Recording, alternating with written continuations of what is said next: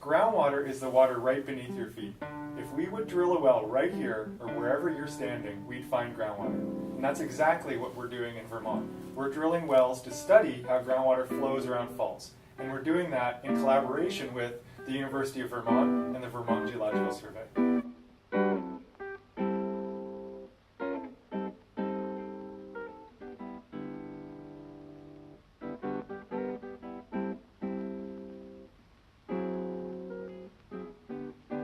In addition to being important structures to control groundwater flow today, these faults have a life history of their own. So through this drilling project, we really have the opportunity to get inside the fault structures. So if you just break it down, a fault is basically a fracture, a break in the rock, along which there's been motion. Faults can either channel groundwater to flow along them, or they can be barriers that prohibit groundwater from passing from one plate into the other.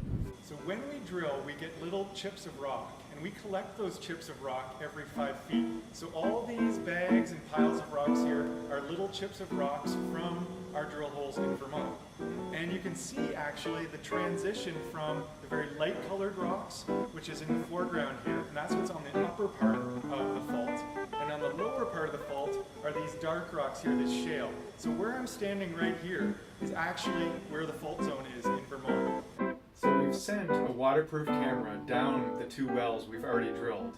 And what we can see using this camera is where the shale actually meets the dolostone. And that's what you're looking at here. This is the fault.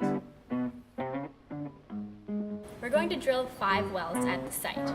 Our drill rig is going to come in and drill 6-inch hollow cylindrical holes through the rock formations and the faults. Once the wells are completed, we're going to do some testing to figure out how water moves through the rock formations and the faults. The Champlain thrust is world famous.